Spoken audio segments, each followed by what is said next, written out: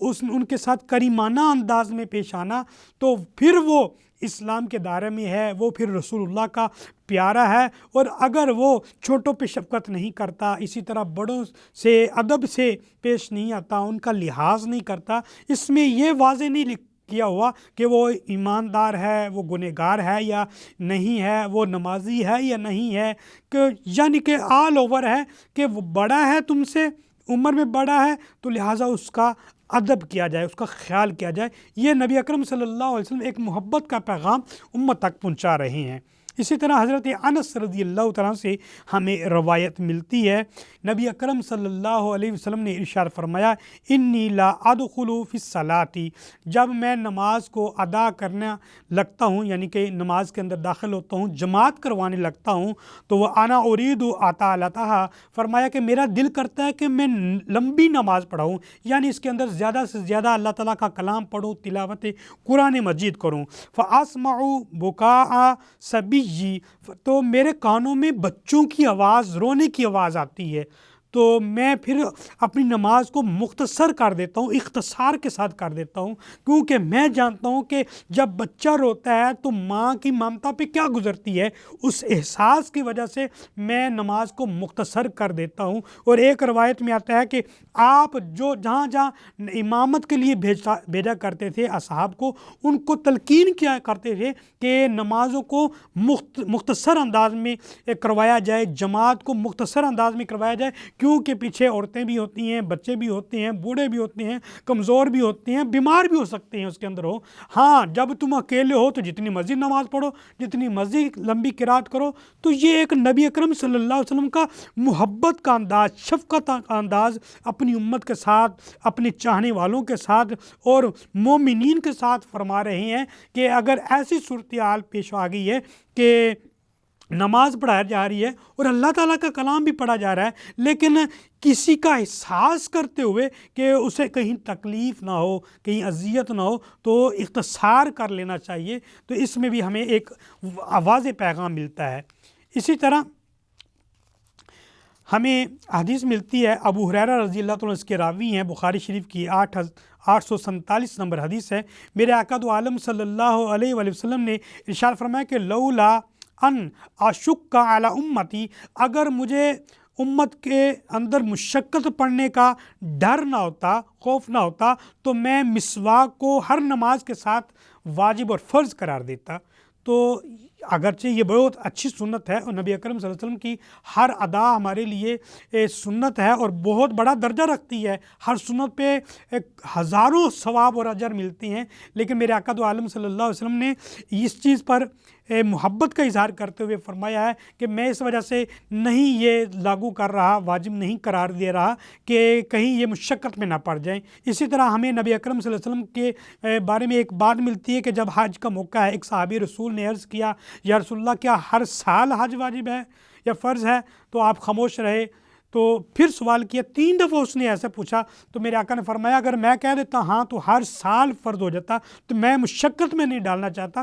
ظاہری بات ہے بہت سارے لوگ ایسے ہیں کہ حج کے لیے جانا مشکل ہوتا ہے، تو آپ صلی اللہ علیہ وسلم نے فرمایا زندگی میں اگر ایک دفعہ بھی کسی صاحب استطاعت نے حج کر لیا تو وہ کافی ہے، اگر وہ 5 سال کے بعد ایک کر لیتا تو وہ احسن ہے، لیکن ہر سال فرض نہیں کرایا، کیونکہ مشقت میں پڑھنا نبی اکرم صلی اللہ علیہ وسلم کو گوارا نہیں ہے۔ اسی طرح میں ایک اور حدیث ملتی ہے، 3 اصحاب رسول اللہ کے ازواج مطہرات کے پاس آتے ہیں، عرض کرتے ہیں کہ رسول اللہ کیا عبادت کرتے ہیں، یعنی فرض عبادت کے علاوہ کی بات ہو رہی ہے، تو انہوں نے بتایا، تو پھر وہ کہتے ہیں کہ رسول اللہ کا ہمارے ساتھ کیا مقابلہ ہے، ہم اپنی طرف سے کوئی نہ کوئی عبادت چوز کر لیتے ہیں۔ تو ایک شخص کہتا ہے کہ انا اصوم الدہر ولا افطر، میں روزے رکھوں گا، ساری زندگی روزہ رکھوں گا، اس میں کسی قسم کا کوئی وصل نہیں کروں گا، یعنی روز میں روزے رکھوں گا۔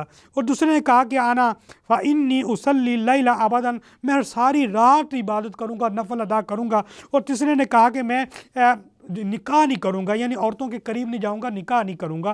تو نبی اکرم صلی اللہ علیہ وسلم ان کے پاس گئے اور انہیں منع کیا، ایسا کرنے سے منع کیا کہ یہ اچھا عمل نہیں ہے۔ اگرچہ وہ عبادت کر رہی ہیں، نماز پڑھنا بڑی اچھی بات ہے، لیکن مشقت والی وہ عبادت کر رہی ہیں۔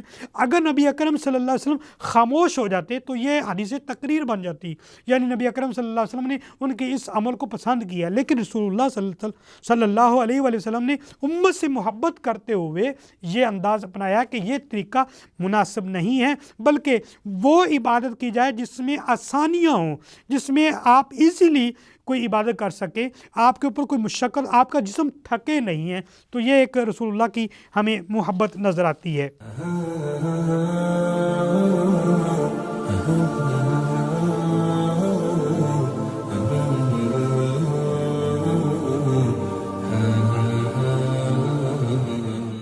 اسی طرح ترمذی شریف کی 2441 نمبر ہمیں حدیث ملتی ہے، اور اس کو بیان کرنے والے عوف بن مالک رضی اللہ تعالیٰ عنہ ہے۔ فرماتے ہیں کہ نبی اکرم صلی اللہ علیہ وآلہ وسلم نے ارشاد فرمایا کہ میرے پاس فرشتہ آیا ہے اور اس نے یہ مجھے پیغام دیا ہے کہ آپ کو دو چیزوں کا اختیار دیا جاتا ہے۔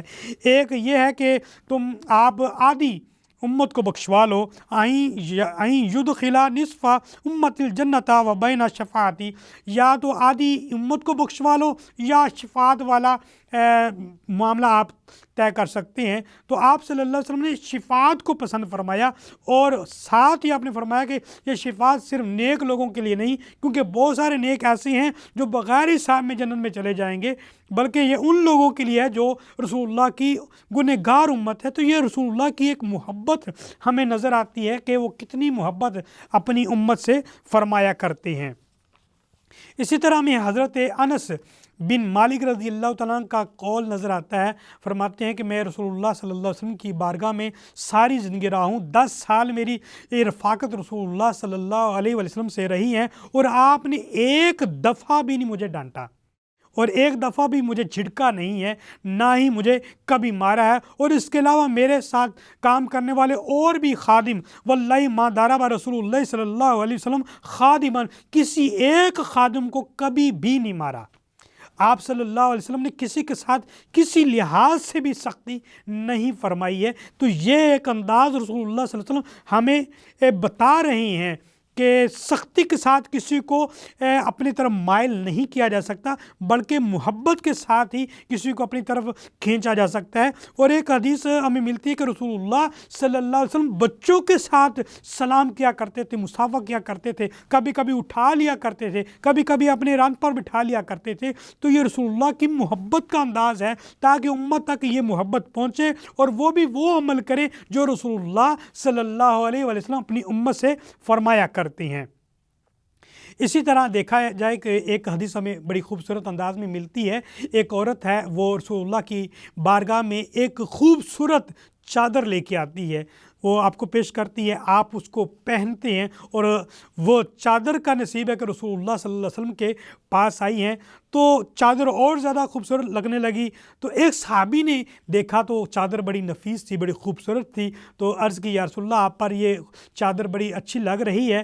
تو آپ صلی اللہ علیہ وسلم نے اس کی نیت کو جانچ لیا اور اب وہ چادر اتار کر اس کو دے دی۔ تو یہ ایک محبت کا انداز ہے کہ اگر کسی کو کوئی چیز اچھی لگتی ہے تو رسول اللہ صلی اللہ علیہ وسلم بھی اسی کے لیے وہی پسند فرماتی ہیں۔ میرے آقا نے یہاں پہ یہ بھی فرمایا تھا کہ بہترین اور اچھا مومن وہ ہے کہ جو اپنے لیے پسند کر رہا ہے وہ دوسرے کے لیے بھی وہی پسند کرے۔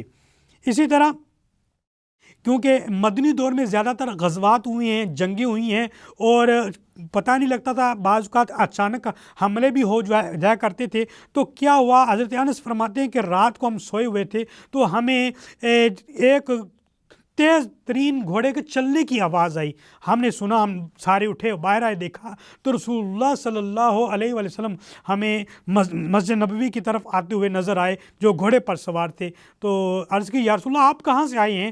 تو آپ صلی اللہ علیہ وسلم نے فرمایا کہ میں گشت کر رہا تھا، دیکھ رہا تھا کہیں سے کوئی حملہ تو آور نہیں آ رہا، تو میں تمہاری حفاظت کے لیے میں راؤنڈ لگا رہا تھا۔ تو یہ رسول اللہ صلی اللہ علیہ وسلم کی ذات اقدس ہے جو اپنی امت اور اپنے مومنین اپنے اصحاب سے کتنی محبت کرتے ہیں، پوری کائنات کے سردار ہیں، پوری کائنات کے امام ہیں، پوری کائنات کے انبیاء کے بھی سردار ہیں، تو وہ یہ انداز اپنا رہے ہیں کہ مدینہ کی حفاظت کے لیے آپ مدینہ کے ارد گرد گھوم رہے ہیں، کہیں کوئی ایسا بندہ تو نہیں ہے جو مدینہ پہ حملہ کرنے والا ہے۔ تو یہ ایک انداز محبت رسول اللہ صلی اللہ علیہ وسلم کا ہے۔ اسی طرح ہمیں حدیث ملتی ہے کہ صحابی رسول صلی اللہ علیہ وسلم کے ساتھ رسول اللہ سفر پہ جا رہے تھے، بھوک لگی تو ایک بکری کے ذبح کرنے کا رسول اللہ نے کہا، تو صحابی رسول نے ایک نے کہا کہ میں اس کو ذبح کرتا ہوں، دوسرے نے کہا کہ میں اس بکری کی کھال اتار لوں گا، تیسرے نے کہا کہ میں اس کا گوشت بناتا ہوں، چوتھے نے کہا کہ میں اس کو پکانے کے لیے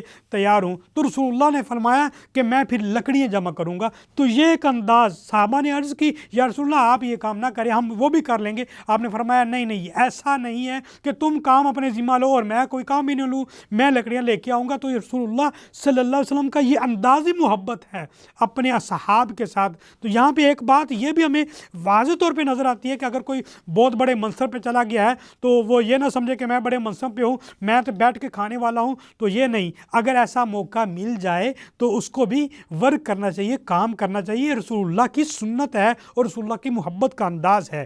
ایک ہمیں حدیث ملتی ہے، ایک صحابی رسول ہیں، ان کا نام ظاہر ہے، تو لوگ ان کے قریب نہیں جایا کرتے تھے، اسلام نہیں لیا کرتے تھے، وہ محنت مزدوری کسی بازار میں کیا کرتا تھا۔ ایک دفعہ رسول اکرم صلی اللہ علیہ وسلم اس بازار سے گزرتے ہیں تو وہ آدمی کو محنت کرتے ہوئے، مزدوری کرتے ہوئے دیکھتے ہیں، آپ اس کی آنکھوں پہ ہاتھ رکھتے ہیں اور کہتے ہیں کہ بتاؤ میں کون ہوں؟ تو وہ حیران ہوتا ہے کہ میری اس حالت کے اندر مجھ سے تو کوئی بھی پیار نہیں کرتا، مجھے تو کوئی سلام بھی نہیں لیتا ہے، اور یہ کون ہے جو مجھ سے اتنی محبت و شفقت اور پیار سے بات کر رہا ہے؟ پھر دل میں بات آئی، ہاں یہ کوئی اور نہیں ہو سکتا، یہ رسول کریم صلی اللہ علیہ وسلم ہی ہو سکتے ہیں۔ پھر اس نے اپنی کمر کو رسول اللہ کے سینے کے ساتھ رگڑنا شروع کر دیا۔ رسول اللہ صلی اللہ علیہ وسلم نے اس کی آنکھوں سے ہاتھ اٹھایا اور دیکھا تو اور محبت آپ نے فرمائی، شفقت فرمائی۔ تو یہ رسول اللہ صلی اللہ علیہ وسلم اس طرح محبت فرمایا کرتے تھے۔ اسی طرح میرے آقا دو عالم صلی اللہ علیہ وسلم کی ایک بہت خوبصورت انداز میں محبت نظر آتی ہے۔ ایک خاتون تھی جو مسجد نبوی کی صفائی کیا کرتی تھی اور وہ ڈیلی بیسس پہ صفائی کرتی تھی۔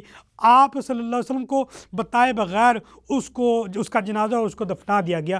رسول اللہ صلی اللہ علیہ وسلم نے پوچھا کہ بتاؤ وہ خاتون کدھر گئی جو مسجد نبوی کی صفائی کیا کرتی تھی؟ تو لوگوں نے کہا کہ وہ تو انتقال کر گئی، اس کا جنازہ اور اس کو تدفین کر دیا گیا ہے۔ میرے آقا نے غصہ فرمایا، آپ نے فرمایا کہ مجھے بتایا کیوں نہیں؟ پھر آپ نے اس کے لیے دعائے مغفرت کی۔ تو یہ بھی ایک انداز رسول اللہ کا ہمیں ملتا ہے کہ وہ اپنے پیاروں سے کتنی محبت کیا کرتے تھے۔ اسی طرح ایک اور حدیث ہمیں ملتی ہے کہ ایک دفعہ ایک بوڑھی خاتون ہے جو کسی کی خادمہ ہے، کسی کی غلام ہے، ایک یہودی عورت کی ہے، تو وہ ایک رو رہی ہوتی ہے۔ تو رسول اللہ صلی اللہ علیہ وسلم پوچھتے ہیں تم کیوں رو رہی ہو؟ اس نے کہا کہ 5 درہم ملے تھے تیل لانے کے لیے، تو میری کمر بھی درد کر رہی ہے، اس سے چلا بھی نہیں جاتا، تو میں گر گئی ہوں، میرا تیل بھی گر گیا ہے۔ تو ظاہری بات ہے زمین تو تیل نہیں نکالتی ہے۔ تو رسول اللہ صلی اللہ علیہ وسلم اپنے خادم کو بولتے ہیں کہ 5 درہم لے کے تیل لے کے آؤ تاکہ اس کو دیا جائے۔ جب اس کو دیا جاتا ہے پھر بھی وہ پریشان ہوتی ہے کہ اب کیوں پریشان ہو؟ تو وہ عرض کرتی ہے کہ یا رسول اللہ صلی اللہ علیہ وآلہ وسلم اب لیٹ جانے کی مجھے سزا ملے گی، تو اس وجہ سے تو آپ صلی اللہ علیہ وسلم اس بڑھیا کے ساتھ جاتی ہیں، اس کے مالک تک۔ آج تو کونسلر بھی ساتھ نہیں جاتا، بڑے لوگ تو بڑی باتیں کرتے ہیں، تو مشکل وقت میں کسی کو کوئی ساتھ دیتا ہی نہیں ہے۔ اگر کوئی مقروض ہے تو اس کی جو ہے وہ بے عزتی کرنا شروع کر دیتے ہیں اور اس کو تنقید کا نشانہ بناتے ہیں۔ اور تو یہ انداز رسول اللہ صلی اللہ علیہ وسلم کا ہے۔ کوئی کمزور ہے، لاغر ہے اور ضعیف ہے، وہ کام نہیں کر پا رہا، تو آپ صلی اللہ علیہ وسلم اس کی مدد کیا کرتے تھے اور محبت فرمایا کرتے تھے، یہاں تک کہ اس کو پکڑ کر اس کے مالک تک گئے تو پھر آپ نے درخواست کی کہ اس کو کچھ نہ کیا جائے، اس کے ساتھ یہ معاملہ پیش آیا ہے۔ تو یہ ایک محبت کا انداز رسول اللہ کا ہمیں نظر آتا ہے۔ اسی طرح ایک صحابہ کرام کا رسول اللہ سے محبت کا بھی انداز بڑا خوبصورت ہے۔ ایک صحابی رسول اللہ صلی اللہ علیہ وسلم کو دیکھتے ہیں اچانک، تو آپ عرض کرتے ہیں یا رسول اللہ آپ کی طبیعت ٹھیک ہے؟